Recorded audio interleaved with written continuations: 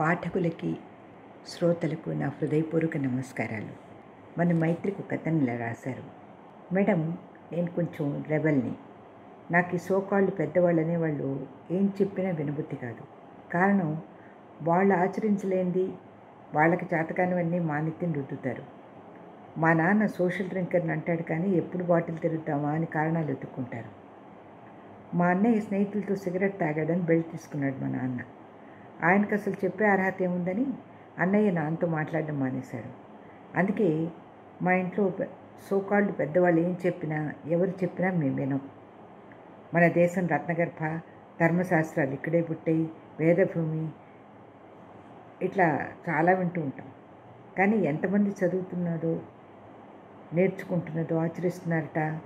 After all ఏరిటెడ్ drinks తాగద్దు, అవి విషం, బాత్రూమ్లు కడిగే యాసిడ్ లాంటివి ఉన్నాయి అని రకరకాల బోధలు చేస్తూ ఉంటారు. కానీ వాటి కొనుగోలు ఏం తాగడం లేదండోయ్. ఇదంతా ఎందుకు చెప్తున్నానంటే, వద్దు, తప్పు అన్న పదాలకు ఎక్కువ ఎనర్జీ ఉండి అవే ఆచరించాలన్న నెగటివ్ ఫోర్స్ ఉంటుందా?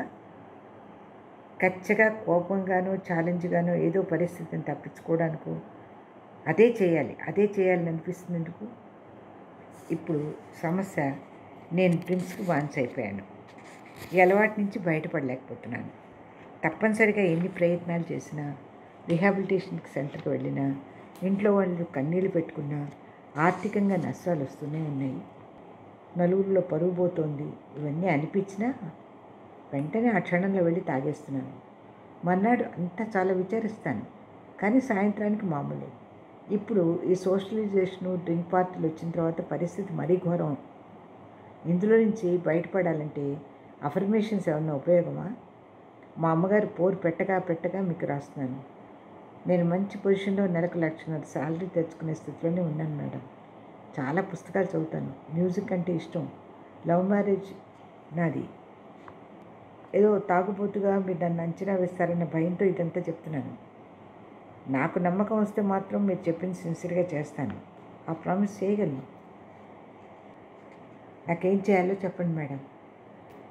ఈ సమస్యకి మైత్రి జవాబు. మీ ఉత్తరం నిజంగా నిజాయితీగా ఉంది. మీరన్నట్లు ధర్మాలు, నీతులు చెప్పేవాళ్ళ ఆచరణలో అవి కనపడకపోతే ఆ మంచి విషయాలు పలసన పడిపోయినట్టు ఉంటాయి. ఎందుకంటే మనం మాట్లాడే ప్రతి మాట మన ఆలోచనతోనూ, ఫీలింగ్తోనూ లింక్ అవ్వదు. అందుకనే రవా ఎక్కువ, దీనివల్ల విషయానికి కావాల్సిన వైబ్రేషన్ తక్కువైపోతుంది. సంధ్యావందనం ఔన్నత్యం మాట్లాడే ఎంతోమంది ఇంట్లో పిల్లల చేత సంధ్యావందనం చేయించగలుగుతున్నారా? నిజంగా మన మనసులో ఇది మంచిది అనే ఆలోచన బాగా వేళ్ళు ఉన్నప్పుడు మన కుటుంబ పరిధి దాటి కనీసం గోమాతను పెంచేవారికి గోను కొనివ్వడము, మేతకి ఇంతని ఏర్పాటు చేయడము చేస్తాం. మనం అప్పుడు పరిస్థితుల్లో గోమాతను పెంచలేకపోవచ్చు. అట్లాగే మన పిల్లలు, బంధువులు మన ఆలోచనలను ఆచరించడం లేదు కాబట్టి ఏ వేద పాఠశాలకు డొనేషనో, వేదం చదువుకునే పిల్లలకి స్పాన్సర్ చేయడమో చేస్తూ ఉంటాం. నా వరకు నేను చేయవలసిన అఫర్మేషన్స్ చాలా ఉన్నాయి.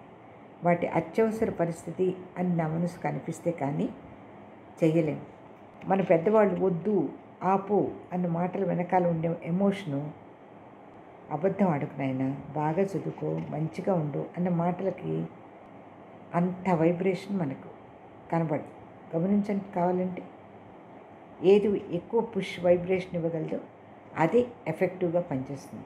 గబగబా మెట్లు దెక్కువ, చెప్పిన మాట వినకపోతే కాళ్ళు ఇరిగిపోతాయి అన్ని 10 సార్లు వార్నింగ్ వింటూ సబ్కాన్షియస్ ఆ మెసేజ్ గ్రహించి ఆ వ్యక్తి జీవితంలో ఎప్పుడో ఒకప్పుడు యాక్సిడెంట్కి గురవుతారు అంటారు సైకాలజిస్టులు.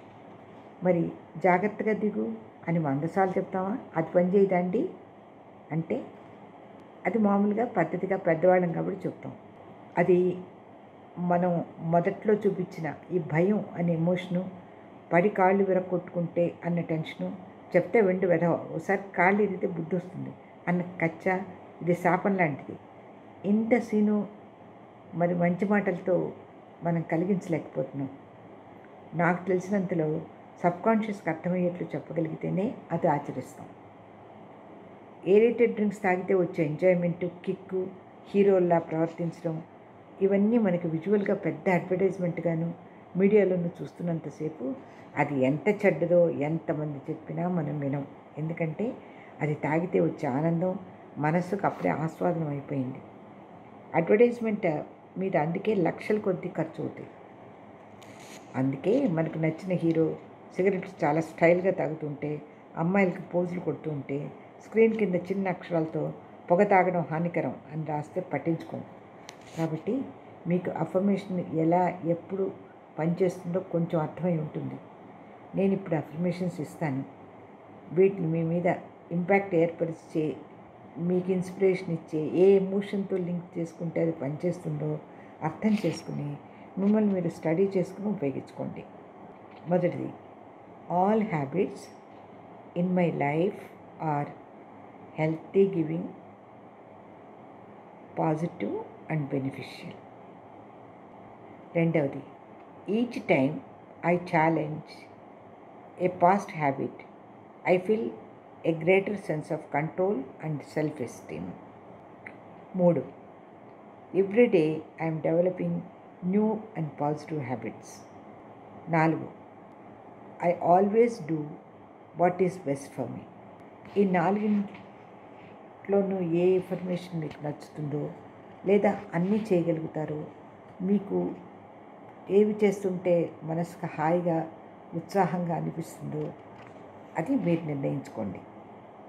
ఇక్కడ మన మార్క్ ట్వైన్ చెప్పిన మాటలు అందరికీ అన్ని హ్యాబిట్స్కి ఉపయోగిస్తాయి.